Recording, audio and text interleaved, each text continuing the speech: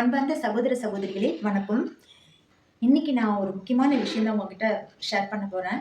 என்னன்னா, இப்ப சமீப நாட்களாக அ ஒரு ஒரு புதுசா ஒரு விஷயம் வந்து நம்ம எல்லாருமே பார்த்துக்கிட்டு இருக்கோம் மீடியாக்கள்ல. அதுதான் மனுஷனையே கொன்னு சாப்பிடுறது. நம்ம கூட இருக்க மனுஷனையே வெட்டி கொன்னு சாப்பிடுறது.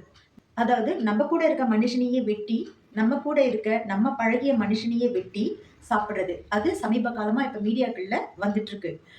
நீங்களும் பார்த்திருப்பீங்க. இதுதான் கால கொடுமைங்க. இந்த கால கொடுமைய கடவுள் ஏற்கனவே பழைய ஏற்பாட்டுல சொல்லியிருக்காரு. நம்ம வந்து புதிய ஏற்பாடு தான் ஃபாலோ பண்ணிட்டு இருக்கோம் நெறைய பேரு. ஆனா பழைய ஏற்பாடு இல்லாம புதிய ஏற்பாடு இல்ல. பழைய ஏற்பாடு முழுசா முடிஞ்சிடலங்க.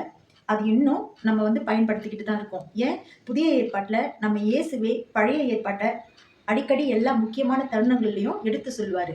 இதை பற்றி மறைநூலில் எழுதியுள்ளதை நீங்கள் வாசித்ததில்லையா என்று நிறைய மத்தேயு, மார்க்கு, லூக்கா, யோவான் இந்த அதிகாரங்கள்ல இயேசு பழைய ஏற்பாட்டு தீர்க்க தரிசனத்தை தான் இயேசு சொல்லியிருப்பாரு. பழைய ஏற்பாட்டு தீர்க்க தரிசனத்துல தான் இயேசுவும் வந்தாரு.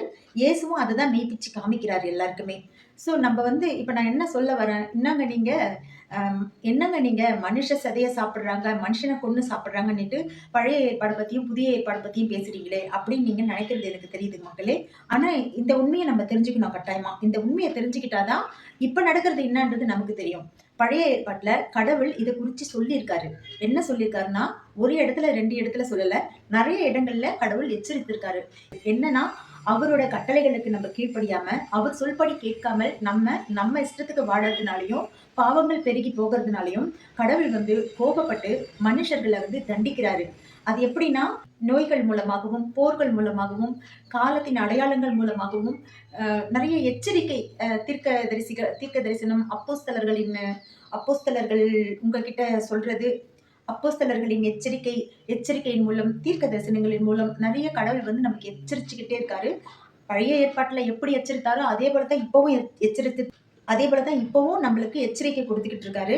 நம்ம தான் மதிக்கிறதே இல்லை, அதை ஒரு பொருட்படுத்துறதே இல்லை. நம்ம வாழ்க்கையில நம்ம வாழ்க்கைய கடந்து போய்கிட்டே இருக்கோம். கடவுளுக்கு முக்கியத்துவம் கொடுக்கறதே இல்லை. இப்போ அதன் விளைவாக தான் இப்பவும் அது தொடருது. பழைய ஏற்பாட்டுல கடவுள் சொல்லியிருக்க வார்த்தைகள் இப்பவும் நடந்துட்டு தான் இருக்கு, தொடர்ந்துட்டு தான் இருக்கு. அந்த வசனங்களை பார்க்கலாம். அதிகாரம் லேவியர் 26, 29வது வசனம். நீங்கள் உங்கள் புதல்வர்களின் மாமிசத்தை உண்பீர்கள், உங்கள் புதல்விகளின் மாமிசத்தையும் தின்பீர்கள் என்று லேவியர் 26, 29வது வசனம் சொல்லுது. அதே மாதிரி இணைச்சட்ட நூல்ல வந்து 28வது வசனத்துல 53 55 பாருங்க. உன் எதிரிகள் உன்னை முற்றுகையிட்டு உனக்கு விளைவிக்கும் துன்பத்தினாலும் உன் கடவுளாகிய ஆண்டவர் உனக்கு அளித்த உன் சொந்த பிள்ளைகளின் சதையை நீ உண்பாய் அப்படின்னு கடவுள் தீர்க்கதரிசிகள் மூலமா இந்த உண்மையை சொல்லியிருக்காரு. அதுக்கப்புறம் எரேமியா அதிகாரம் 19:9 பாருங்க. அவர்களுடைய புதல்வியர்களின் சதையை அவர்களையே உண்ணச் செய்வேன், ஒவ்வொருவரும் தன் தோழரின் சதையை தின்பான் அப்படின்னு சொல்லியிருக்கு. இது வந்து கடவுளே சொல்லியிருக்காரு தீர்க்கதரிசி கிட்ட. சரிங்களா? யார்கிட்ட? எரேமியா தீர்க்கதரிசி கிட்ட சொல்லியிருக்காரு. அப்புறம் எசேக்கியேல் பாருங்க. எசேக்கியேல் நூல்ல 5வது அதிகாரம் 10வது வசனம்.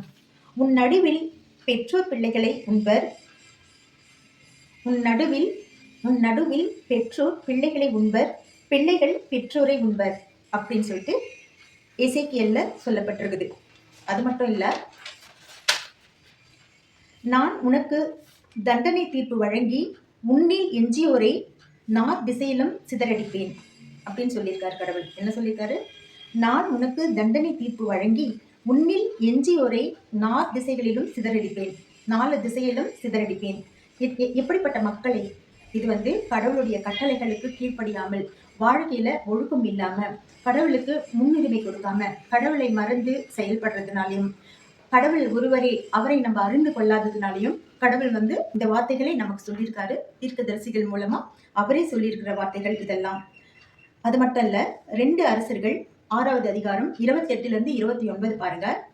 சமாரியா நகரின் முற்றுகையின் போது பசியின் கொடுமையால் 2 தாய்மார்கள் தங்கள் பிள்ளைகளை சமைத்து உண்ட நிகழ்வு. சரிங்களா? அதையும் பாருங்க. அந்த 2 தாய்மார்கள் வந்து அவங்களோட பிள்ளைகளையே சமைத்து உண்பாங்க. நீங்க இந்த வசனங்கள் எல்லாம் நீங்க படிச்சு பாத்தீங்கன்னா கடவுள் சொல்லி இருக்கிறது எந்த அளவுக்கு கோபத்துல அவர் பேசியிருக்காரு, எதனால கோபப்பட்டு தீர்க்கதரிசிகளிடம் இதெல்லாம் சொல்லியிருக்காருன்றது உங்களுக்கு தெரியும். நீங்க நம்ம கடவுளுக்கு பயந்து அவரை ஏற்று நம்ம வாழ்க்கையில மனம் மாற்றம் அடைந்தால் இந்த எல்லாத்துலயும் இருந்தோம், இந்த எல்லா தீமைகள்ல இருந்தும் நம்ம தப்புவிக்கப்படுவோம். இது நிச்சயம். புலம்பல் புத்தகம் 2வது அதிகாரம் 20வது வசனம், அப்புறம் 4வது அதிகாரம் 10வது வசனம் படிச்சு பாருங்க. அதுல எருசலேம் நகர் வீழ்ந்தபோது இரக்கமுள்ள தாய்மார்கள் தங்கள் கைகளாலேயே தங்கள் பிள்ளைகளை சமைத்து உண்டதாக எரேமியா தீர்க்கதரிசி கூறுகிறார். இந்த மாதிரி நீங்க இந்த நான் சொன்ன புத்தகங்கள், அதிகாரங்கள், வசனங்கள் அதையெல்லாம் நீங்க குறிப்பெடுத்து நீங்க படிச்சு பார்த்தீங்கன்னா, அந்த வசனங்கள் மட்டும் படிச்சு பார்க்காம அந்த அதிகாரத்தை முழுதுமே நீங்க படித்து பார்த்தீங்கன்னா, உங்களுக்கு காலத்தின் நிகழ்வுகளும் கடவுள் என்ன சொல்றாரு, எதுக்காக கோபப்படுறாரு, அதுல இருந்து எப்படி நம்ம விடுவிக்கப்படுவோம் என்பதும் உங்களுக்கு நல்லா தெளிவா தெரியும் மக்களே. இதுக்கு முன்னாடி தெரியாம இருக்கலாம் உங்களுக்கு. இது காலத்தின் கடைசி எச்சரிக்கை. அது மட்டும் இல்லாம இது வெளிப்பாடு. இது ஏற்ற காலத்திற்கு உண்டான வெளிப்பாடு. நீங்க அந்த அதிகாரங்களையும் அந்த வசனங்களையும் எடுத்து படிச்சு பாருங்க. உங்களுக்கு தூய ஆவியானவர் உங்களுக்கு உங்களை வழி நடத்துவார். தூய ஞானம் உங்களை வழி நடத்துவாங்க.